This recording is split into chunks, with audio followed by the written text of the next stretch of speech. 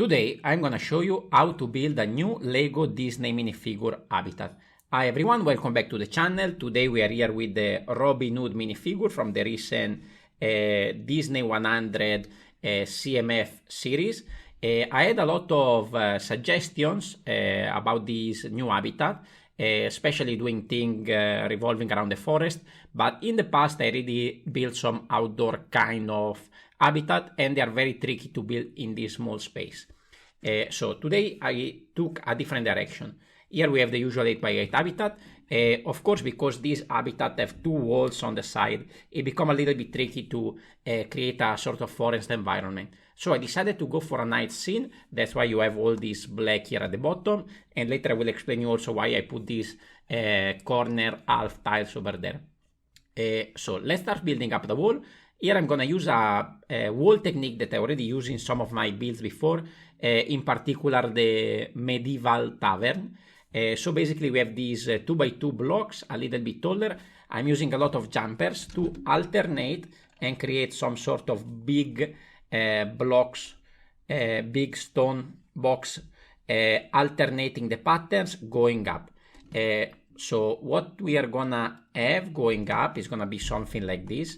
Here you can already see I have an opening in the center that I fill with black because this is going to be a darker kind of scene. And here we're going to have the balcony. I'm going to recreate the scene when Robin Hood go into the bedroom of the king, of King John, and steal all the gold. So here we're going to have a balcony. So we're going to start from the bottom. We are going to add a little bit of details, different kind of slopes, going to the side, going towards the camera, and inverted one going down, and then I think we can already connect this to the main build.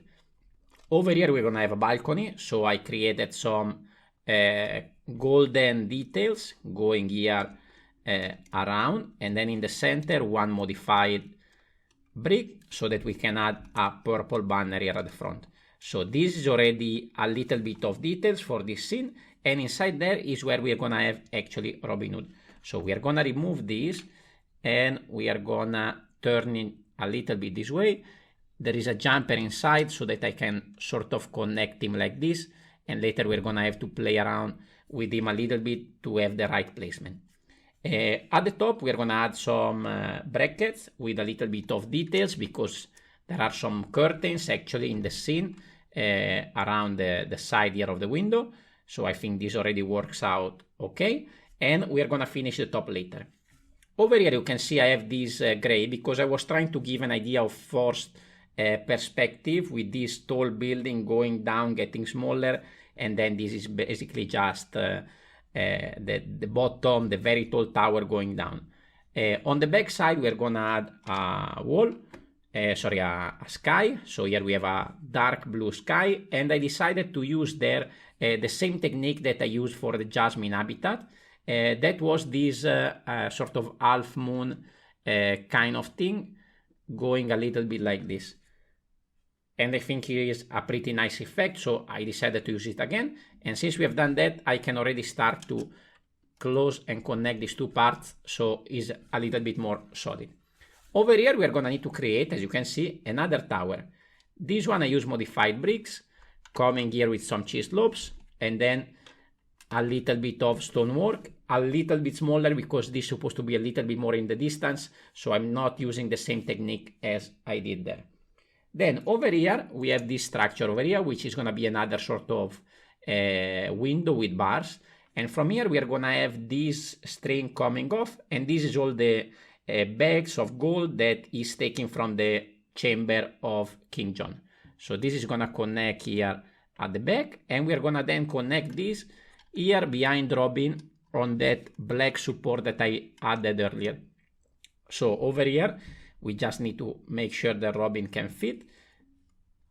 There we go. So we have one bag that is a little bit there sitting on the balcony, and one going down with already some gold dropping down at the bottom, and we can also add another one over here with a jumper so that we make it look like the gold is actually falling down. So over here we need to close this window, so I have another little structure here with a little bit of extra detail on top. And then a little bit of finishing touches on top. Here we are going to complete the habitat like this with a little bit of top of the tower details. Of course, I leave the space here so I can stack another habitat if I want to create the whole pyramid. Same thing we're gonna have to do on the other side. I just wanted to add one more thing. I actually wanted to make this force perspective work a little bit better by adding like a smaller set of bags going towards the window in distance, but I didn't find a way to connect it over there. And I also, here I'm using some sort of droid arms to connect this. I actually, yes, this one. And I actually was thinking also about using this because this one has a little gap, so I can actually connect this to the rope in between. But I think it didn't work so well. I prefer it this way, a little bit there in the background. Now, on the top, we are going to have a little bit of structure similar to this one on a little bit bigger scale so that everything is nice and close and we have some detail on top. And then we just need to complete the back side of the habitat, again with the space if I want to connect another habitat here on top. So this is my Robin Hood habitat. I hope you like it. And in the future, I would like to build something for Baymax from the same series of minifigure. If you have any suggestion for Baymax, please let me know in the comments down below.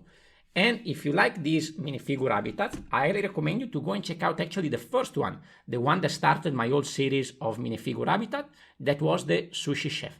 Thank you very much for watching, and I will see you on the next video. Ciao, ciao!